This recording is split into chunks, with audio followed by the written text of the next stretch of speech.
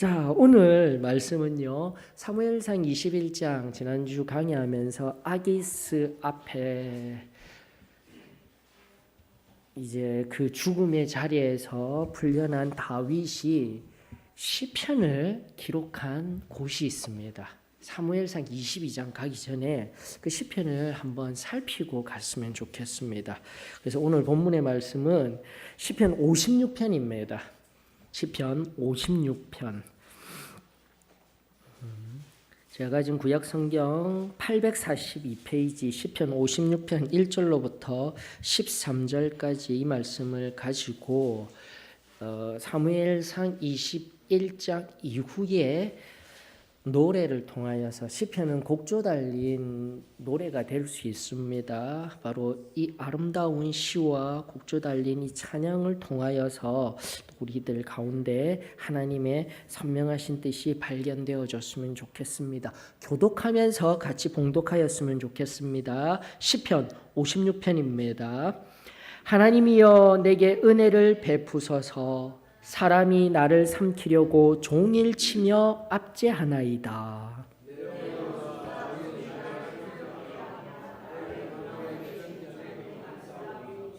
내가 두려워하는 날에는 내가 주를 의지하리이다.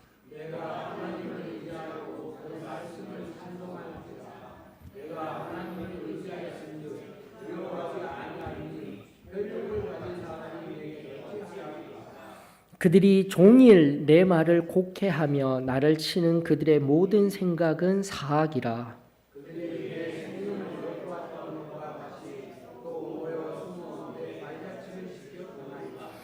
그들이 악을 행하고야 안전하오리이까. 하나님이여 분노하사 뭇 백성을 낮추소서.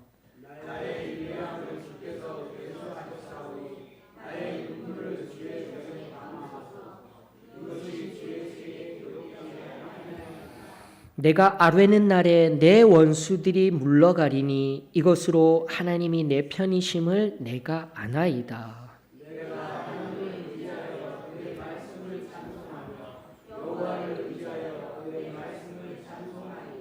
내가 하나님을 의지하였은즉 두려워하지 아니하리니 사람이 내게 어찌하리이까.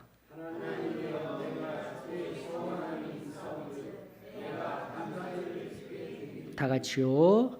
주께서 내 생명을 사망에서 건지셨음이라. 주께서 나로 하나님 앞 생명의 빛에 다니게 하시려고 실족하지 아니하게 하지 아니하셨나이까. 아멘.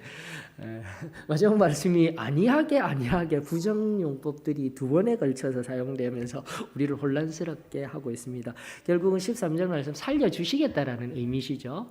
자, 시편이기 때문에 여러분들이 좀 구조적으로 보시면 도움이 되실 것입니다. 1절 앞절에 보게 되면 베푸소서 여기까지가 전체 서론격이라고 생각하시면 돼요. 지난 앞전 상황, 아기스 앞에 섰던 상황, 그리고 사울 왕이 다윗 자신의 목숨을 취하려고 하였던 그 위험한 상황 속에서 그가 처음 이 시편을 시작하면서 내뱉었던 한마디, 그리고 나서요 4절까지 끊어지는 거예요. 1B절로부터 4절까지 구조적으로 한번 끊고 3, 4절 동그라미 치시면 도움이 되십니다. 5절로부터 11절까지 또다시 끊고요. 3, 4절 동그라미 친 것과 같이 10절, 11절 동그라미 치시면은 이것이 대꾸의 형식으로 교차 대꾸의 형식으로 3, 4절의 내용과 10절과 11절의 내용이 동일하되 확장하여서 한 번 더 이야기하고 있구나라는 것이 눈에 들어오실 것입니다. 그러면서 이 모든 그 상황을 생각하며 그 속에서 하나님의 뜻을 위하여서 기도로서 시편에 찬송을 올려드리고 난 연후 12절로부터 13절에 보게 되면 감사함으로 이 시편의 찬송시가 맞춰지고 있다라는 구조를 눈으로 한번 보실 수가 있는 것입니다. 자, 우리 시작하기 전에 우리가 잘 아는 예화를 하나 들려드리도록 하겠습니다. 산행을 너무나 좋아하는 산을 너무나 좋아하는 한 성도분이 계셨어요. 특별히 아침에 어슴풀에 떠오르는 그 태양을 바라보기 좋아하시는 한 성도분이 아침 일찍 태양이 떠오르기 전 한두 시간 전에 익숙한 길이에요. 산을 향하여서 내가 잘 아는 산행을 걷고 가다가 그만 미끄러졌어요. 그 어두운 상황 속에서. 그러면서 머리에 있던 랜턴도 다 달아놔 버리고 미끄러져서 넘어져서 딱 잡았어요. 딱 잡고 보니까 대롱대롱 절벽에 매달린 상황이 된 것입니다. 자, 그때 1절과 같이 무슨 말이 튀어나와야 되는 거예요? 하나님이여 내게 은혜를 베푸소서. 이것이요 히브리어에서 한글로 번역되어서 그렇지 히브리어로 뜻하면 뭐냐면은 하나님 나를 살려 주시옵소서라는 뜻이에요. 하나님 나를 살려 주시옵소서. 그런데 위험이 처해졌습니까? 어려운 상황이 있습니까? 하나님 앞에 나와 이 고백이 저와 여러분들의 고백이 되어지기를 주의 이름으로 축원합니다. 위급한 상황에 어떠한 상황에서도 하나님 은혜를 베풀어 주시옵소서. 나를 살려 주시옵소서. 그 음성이 그 기도와 그 단원이 우리의 입술에 바로바로 나올 수 있기를 원합니다. 자, 그래야 했는데 우리 잘 알죠? 그래서 하나님이 딱 나타나셨잖아요. 그래 지금의 어려움이 무엇이냐 했을 때 하나님 제가 지금 너무나 힘들게 여기 매달려 있어요. 하나님 제발 저를 구원해 주세요. 제발 저를 살려주세요 했는데 하나님이 뭐라 하셨죠? 그렇다면 그 손을 놓아라 라고 이야기를 하셔요. 우리의 생각과는 다르게 우리를 끌어서 막 끄집어 올려주는 초자연적인 일을 하시는 것이 아니라 하나님은 우리에게 뭐라고요? 지금 내가 미력하게나마 붙들고 있는 그것을 어떻게 하라고요? 놓아라. 여러분들 신앙적인 지혜의 원리가 들어가 있는 겁니다. 지금 이 순간 내가 위험한 상황, 내가 어떠한 상황에서 내가 인간적인 노력으로 무언가를 꼭 붙들려고 하고 있지는 않습니까? 다시금 이 시편이 기록되어지던 그 상황, 그 시편 전의 상황, 아기스 앞에서의 상황, 사울에게서 도피하였던 그 상황을 한번 기억해 보십시오. 인간적인 영역으로 골리앗의 칼도 들었어요. 그것은 싸움의 칼이 아니었다라고 했습니다. 어떠한 학자도 이야기는 하지 아니하지만 아마 그 칼을 가드 왕에게 진상품으로 드리려고 하였던 그 다윗의 초췌한 모습, 무언가를 부여잡고 자신의 목숨을 살기 위해서 무언가를 잡고 나아가던 모습 얼마나 안타까워요, 여러분들. 그런 상황에서 하나님은 말씀하십니다. 내가 지금 잡고 있는 것, 내가 의지하고 있는 것 어떻게 하라고요? 놓아버려라. 그리고 어떻게 해요? 나를 의지하여라. 나를 바라보거라. 그 음성이 우리의 삶의 매 순간 특별히 위험한 상황 속에서도 그 음성이 우리의 심령의 귓가에 들리워지기를 주의 이름으로 축원합니다.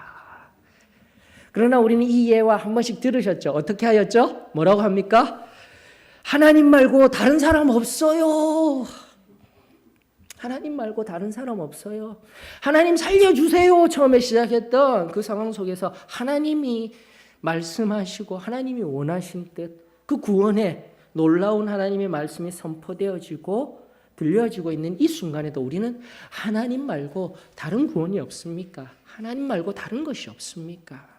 우리의 연약한 신앙의 모습, 그 모습이 되어지지 아니하기를 원합니다. 그래서 얼핏 생각나는 거 보니까 내 가방 옆에 있었던 그 등산줄이 생각났던 거예요. 그래서 어떡합니까? 손으로 막 칭칭칭칭 묶는 거예요. 절대 놓지 않으려고 칭칭칭칭 묶었어요. 그러면서 사투를 합니다. 매달려서. 사투하다가 어슴풀에 이제 새벽이 올라오겠죠. 새벽이 딱 올라와서 새벽녘 동력이 딱 올라올 때 잠깐 졸았다가 그 빛에 따스한 빛에 눈을 탁 떴더니 뭘까요? 그 상황 밑에 딱 보니 바로 밑에 땅이야. 이게 우리 인생인 거예요, 여러분들.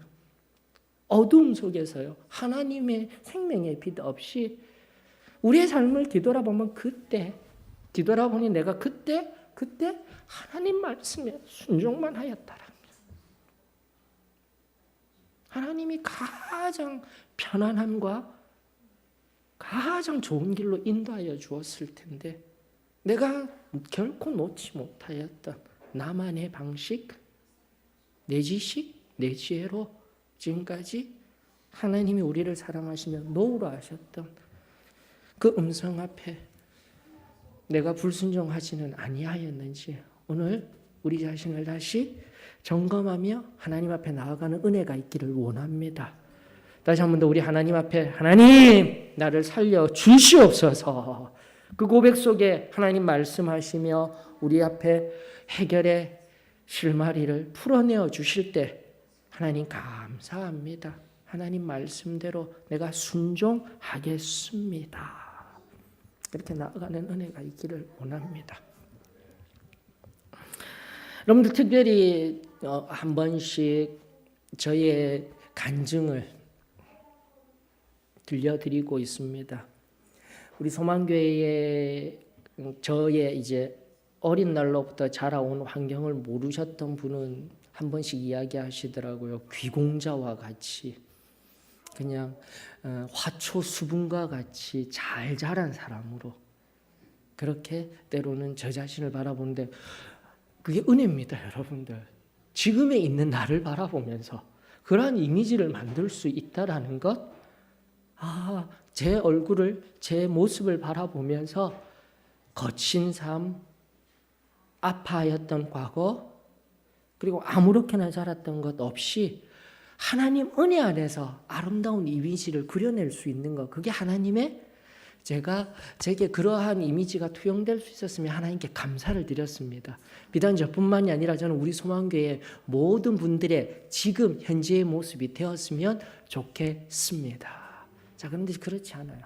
과거성 속에서 저는요, 오늘의 말씀처럼 끊임없이 핍박하고, 특별히 오늘 성경이 이야기하듯이 2절에 보면 내 원수가 종일 나를 삼키려 하며 때로는 교만하게 하는 자들이 나를 치는 자리가 그렇게 많사오니, 그리고 5절로부터 9절까지 특별히 6절까지 살펴보게 되면 어떻게 하든지 사악함으로 곡해하고 그 말로 입술로 넘어뜨리려고 엿보는 자들이 주위에 득실득실합니다. 실제적으로는 사무엘상 21장 앞전에 사울왕과 아기스 왕 앞에서, 그리고 그 옆에 섰던 아기스 왕의 신하들, 그 모든 사람들을 향하여서 원수라는 한마디로 요약할 수가 있었죠. 그렇습니다. 저 청소년기에 죄송한 고백이지만 하나님을 알고 있었습니다. 중학교 2학년 때 그 구원의 또렷한 은혜를 경험하였지만 청소년기 제 삶 가운데 특별히 이 시편을 통하여서 원수와 같았다라는 분은 바로 제 아버지였습니다. 안타깝게도 평소에는 호인이라 불리시던 그분이 술만 드시면, 약주만 드시면 180도 바뀌셔서 그건 경험이 없게 되면 어떠한 상황인지 모릅니다. 그 변한 자리에서 끊임없이 이유 없이 맞아야 하고요. 이유 없는 폭력 속에서 고단한 삶을 살아가고 있을 때 청소년기에는 두렵고 떨리는 마음으로 어떻게 할 수 없으니까 그 물리적인 폭력 속에 있으면서도 어떻게 했을까요? 이 마음속에 분노들이 막 쌓이는 거예요. 그리고 청년기 되어서 군대 갔다 온 힘 좀 있을 때는 어떻게 할까요? 지금은 저와 비슷한 환경 속에 있는 우리의 청년들은 아마도 부모님이라는 생각도 없을 겁니다. 어쩌면 물리적인 똑같은 어린 날 자신이 받았던 그대로 매맞는 부모가 생길 수 있는 상황, 그 어두운 상황이 있을 수 있어요. 그러나 저는 그렇게는 할 수 없었습니다. 우리가 가장 신앙에 있어서 신앙적인 용어로 술 마시기에 붙들려 아무렇게나 다 부수고 물리적인 폭력을 행할 때 그 팔을 잡고 붙들고 있는 게 다였어요. 제발 이러지 마셔요, 아버지, 이러지 마셔요. 한번 말씀드렸죠? 그리고 어떻게 하셨어요? 여기를 꽉 깨물어가지고 붙들고 있는 그 자리에서 그 입술로 꽉 깨물어서 그런 암담한 자리에서도 제 안의 분노 그리고 제 상황 변하지 아니하였습니다. 여러분들 이걸 거꾸로 생각해서 이런 상황이 혹시나 아들의 입장에서 아버지와의 관계상이 아니라 오늘 또 회사의 상황, 상사와 부하의 상황, 또 다른 삶의 정황 속에서 아무리 내가 그리스도인이지만 분노 없이 그 분한 마음 없이 그런 상황 속에서도 사랑합니다. 나의 형제님 사랑합니다. 이것이 얼마나 힘이 들어요, 여러분들. 얼마나 힘이 들어요. 그래서 이 56편의 이 시편의 말씀을 통하여서 우리가 참으로 많이 믿지 아니하는 사람들에게 또다시 현대 신학자들의 공격을 받는 장면이에요. 어떻게 믿는 사람이, 다윗이 하나님을 믿는 사람이 분노를 가지고 원한을 가지고 하나님 제발 분노를 내셔서 좀 이 상황을 없애주세요. 비단 시편 56편뿐만이 아니라 시편을 살피다 보면은 이것 좀 해주세요. 분노를 바라셔서 이 문제를 해결해 주세요. 우리가 알고 있던 하나님, 그리고 이 상황을 벗어나는 사랑으로 벗어나고 또 인내하고 기다리며 평안의 상황에서 벗어나는 것이 아니라 세상 사람들과 똑같은 분내고 저주하는 장면들을 바라볼 수가 있다라는 거죠. 자, 그때 우리가 말씀을 우리가 눈여겨 보셔야 합니다. 다시 한 번 더, 그 입술에서는 2절을 통하여서 종일 나를 삼키려 하는 자들이 있습니다. 2절에서는요 그런 저주의 말은 없었지만 특별히 5절로부터 10절, 11절까지의 같은 대구적인 시편의 상황이지만 7절, 8절에서는 좀 더 넓혀져서 이야기를 하고 있습니다. 그들이 악을, 즉 나의 부족함과 연약함을 넘어질까 기회를 엿보고 있다가 그 악을 행하다라는 것은 물리적 폭력뿐만이 아니라 지금 다윗의 입장에서는 살해당할 위협인 거예요. 살해당할 이 위협, 이런 악을 행하고서야 내가 안전하오리까라는 아주 급박한 고백이 등장하고 있는 거예요, 여러분들. 7절에 의하면은. 그러면서 하나님이요 분노하사 뭇백성, 2절로 올라가는 거예요. 2절로. 다시 한 번 더 원수라고 표현된 하나님의 말씀, 교만하게 나를 치는 자들. 이것을 좀 더 명확하게 이야기하면은 그가 자신을 낮잡아 보고 자신이 가진 커다란 권력으로 싸움하는 자, 킹제임스 버전에 있어서는 교만하게 나를 치는 자들이 아니라, 다시 한 번 더 금정역에서는 나와 대항하여 싸우는 자, 또 자신의 막강한 힘으로 나를 죽이려 하는 자, 그렇게 표현되어져 있습니다. 그러면서 여기 7절 다시 해석 들어가게 되면 2절과 함께 7절, 그러한 백성들을 낮추십시오. 낮추십시오. 이렇게 성경은 말하고 있다는, 분노하셔서 낮추십시오. 하나님이, 살아계신 하나님이, 믿고 있는 그 하나님이, 구약시대의 여호와 하나님이 분을 발하시게 되면은 이 땅의 모든 피조물들은 멸절입니다. 높은 곳에서 낮은 곳으로 떨어지는 장면이 아니에요. 여기서 낮추다라는 말씀의 의미는 수월의 저 밑바닥, 성경이 말하고 있는 수월의 저 밑바닥, 곧 죽게 해달라라는 아주 저주스러운 말씀이 여기에 녹아 들어가 있다라는 거죠. 자, 그러면서 우리의 다시 상황을 점검하십시다. 그리스도인으로서 믿는 자로서 또다시 제 어린 날 그 개인의 아픔, 개별적인 제 간증에 의한 어린 날의 그러한 원한의 참 마음들 그 앞에 되었을 때 결국은 하나님이 하시는 일은 무엇입니까? 다시 8절로부터 9절까지 8절로 9절까지의 말씀을 통해서 우리가 알 수 있는 장면은 나의 유리함을, 즉 지금 당장 갚아달라라는, 지금 당장 분노하셔서 내 원수들을 세상에 이 땅 가운데 가장 낮은 곳 수월의 바닥까지 낮추어 주십시오라고 그 분을 바라는 말 속에서 8, 9절의 말씀의 의미는 뭐냐면은 다시 한 번 더, 원수 갚는 것은 내가 하는 것이 아니라 누가요? 하나님이 하시기를 원합니다. 하나님의 때에 하시기를 원합니다.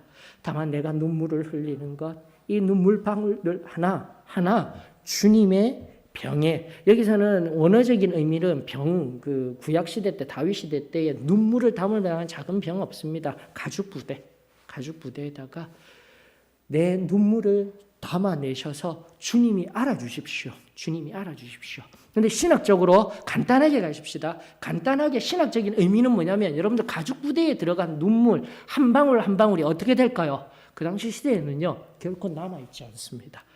다 말라버리는 은혜가 있음에 감사를 드립니다. 여러분, 이것이 핵심이에요. 여러분들의 눈물, 여러분들의 원한 하나님 앞에 내어드리고 하나님 앞에 눈물을 놓으며 그 당사자에게 원한을 품고 내 입술에 저주를 품고 내가 무언가를 하려고 하는 것, 그것은 성도의 걸음이 아닙니다. 다시 하나님 앞에 엎드려서 하나님 앞에 눈물로 탄원하며 하나님의 선명하신 때에 하나님이 일하여 주시옵소서. 신명기 32장 35절에 근거한 바와 같이 신명기 32장 35절에 하나님 보수하는 것은 보복하는 것은 나에게 있지 아니하고 하나님께 있습니다. 하나님께 있습니다. 그 말씀이 저와 여러분들에게 온전히 임하여지기를 주의 이름으로 축원합니다. 다시 한번 제 간증으로 돌아가게 되면 그렇듯 미워하고 그렇듯 내 마음속에 분노가 쌓여가며 아버지를 정말 죽일 듯이 미워하던 그 마음이 언제 녹아졌다라고 하였습니까? 성결함 받을 때요. 내 원죄로부터 끊임없이 누군가를 미워하고 어떤 대상에게 대한 분노를 자아내는 그 분노, 미움이요, 성결함 받을 때 눈 녹듯이 녹아내며 간증한 것과 같이 저희 아버지가 결국은 오늘 지금 나의 모습, 나의 이미지, 누군가가 바라보았을 때 정말 잘 자랐구나 알게 하시는 지금의 모습을 만들기 위한 도구셨습니다. 내가 미워해야 할 대상이 아니라 오히려 감사해야 할 대상으로, 정말 사랑해주고 품어주어야 할 대상으로 완전히 뒤바뀌어 주셨던 은혜가 성결의 놀라운 역사입니다. 사랑하는 성도 여러분, 내가 하나님 앞에서요, 내 자신이 부인되어지고 내가 십자가에서 완전히 죽게 되어지면 지금의 내 원수, 내 미움, 나의 위험한 상황이 반드시 역전되어져서 하나님의 커다란 하나님이 내가 감히 측량할 수 없는 하나님의 선하심 속에서 하나님의 충만한 사랑의 의미들이 발견되어지게 될 줄 저는 믿습니다. 그때까지 우리는 이 믿음의 걸음, 내가 함부로 화내며 함부로 말하며 함부로 저주하며 악을 악으로 갚는 것이 아니라 다시 한번 내 안에 나를 변화시켜 주셨으며 악을 선으로 갚게 하시는 하나님의 능력의 손에 붙들려 여호와 하나님만을 의지하십시다. 성경이 바로 그 말씀을 하는 거예요. 내 입술에서는 시편을 통하여서 그 마음은 다 내어드리고 있지만 하나님 앞에 내어드린 거예요. 하나님, 내가 마음이 이렇게밖에 안 됩니다. 우리 인간이에요. 내가 믿음 가진 사람입니다. 승리의 삶을 살아가는 은혜 뚜렷이 받은 나입니다. 그러나 순간순간 저 사람이 너무 미워요. 이 상황이 너무 싫어요. 그럴 때마다 우리 하나님 앞에 내가 원수 갚는 자, 내 입술이 원수 갚는 자, 내 행함이 원수 갚는 자가 되지 아니하고 하나님께서 원수 갚으실 수 있도록 우리는 다만 주님 앞에 엎드려 주님의 은혜에, 주님의 그 사랑에 탄원하기를 주의 이름으로 축원합니다. 그럼 내 마음이 편안해져요. 원한을 품고 미움을 품고 살아가게 되면 너무나 힘들어요. 하나님 안에서의 참된 자유, 여호와 하나님을 의지함으로 얻는 그 참된 편안함이 저와 여러분들에게 임하여지기를 주의 이름으로 축원합니다. 그런데요, 그 방법이 등장하네요. 그 방법이 무엇입니까? 하나님의 말씀을 찬양하면 된답니다.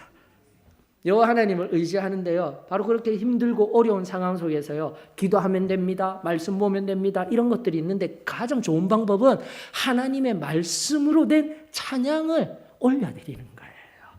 3, 4절 그리고 10절, 11절이 그것을 이야기하고 있는 거예요. 찬송을 올려드렸을 때 바로 나의 두려움은 물러가며 내 모든 것들은 다 내려놓게 하시고, 사람이 어찌합니까? 혈육을 가진 사람이 내게 무엇을 어떻게 할 수가 있겠습니까? 담대한 마음으로 다시금 새로 덧입게 되어질 줄 저는 믿습니다.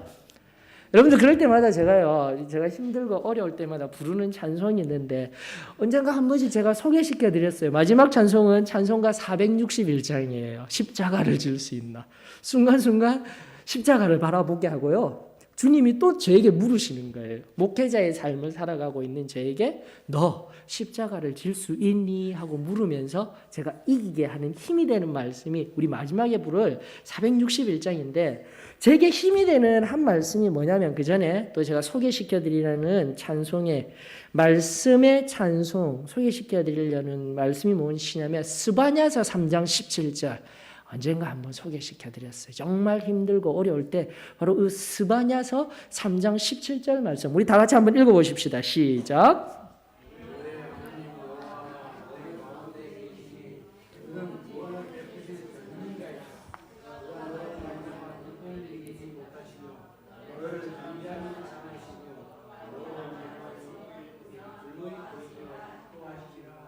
아멘. 내가 얼마나 힘들고 어렵다 할지라도 여호와 하나님이 나와 함께 계시답니다. 그리고 잠잠히 사랑하시는 그 사랑 안에 젖어드는 거예요. 분노가 밀려옵니다. 상황의 어려움들이 마구마구 밀려옵니다. 바로 이 말씀을 기억하시면서 여러분들에게 추천합니다. 소망의 찬송가 420장이에요. 소망의 찬송가 꼭 가져가셨다가 카피라도 하셔서 부르기 쉬운 찬송이죠. 부르기 쉬운 찬송. 제가 이 찬양을 불러요. 정말 속이 너무 힘들어서 너무 아파할 때마다 이 420장을 부르는 거예요. 그래서 잠잠히 그분 앞에 가는 거예요. 한번 불러볼까요? 한번 불러볼까요? 자, 420장 저와 함께 한번 불러보십시다. 아시는 음률이에요. 한번 불러보십시다. 너의 하나님 여호와가 너의 가운데 계시니 그는 구원을 베푸실 그는 구원을 베푸실 전능자시라.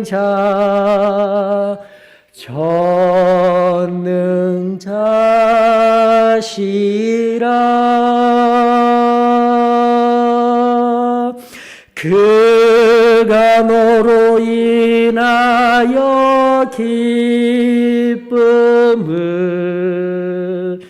이기지 못하시며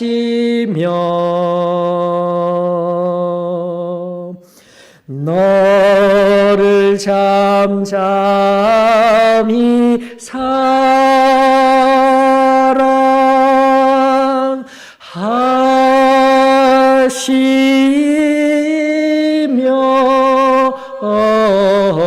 사랑하시며 즐거이 부르며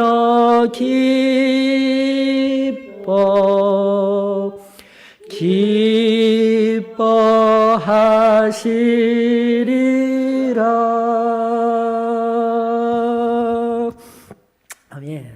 그런데 이 곡이 왜 이토록 귀하고 이 스바냐서 7장 17절이 왜 이토록 이 말씀 구절이 귀하냐면 지금 내가 분내고 화내는 상황 그리고 그 대상을요 옮기는 거예요. 그 대상과 그 상황을 계속 바라보게 되면 우리의 마음은 어떻습니까? 계속 침잠해 가는 거예요. 낮은 곳으로 수월의 상황 가운데로 어두운 가운데로 가는 거예요. 그러나 그 상황을 바라보는 것이 아니라 대상을 바라보는 것이 아니라 어떻게 해요? 하나님께 집중하도록 만들어버려요. 우리 하나님이 어떻게 해요? 지금 나와 함께 계시고 나를 잠잠히 사랑하시며 어떻게 하신다고요? 나로 인하여서 기뻐하십니다. 기뻐하십니다. 이 마음이 옮겨지게 될 때 바로 12절에 13절, 12절로부터 13절, 시편 56편 12절에 13절 바로 그 모든 상황, 위험의 상황, 하나님을 의지하며 하나님의 말씀에 찬송을 올려드리고 난 연후에 바로 이렇듯 하나님께 초점을 맞추고 난 연후에 11절로 13절 어떠한 고백이 나옵니까? 감사의 고백. 진정한 감사의 고백이 흘러나오게 되는 거예요, 여러분들. 특별히 13절 우리 한번 다 같이 한번 읽어볼까요? 다 같이 시작. 주께서 내 생명을 사망에서 건지셨습니다.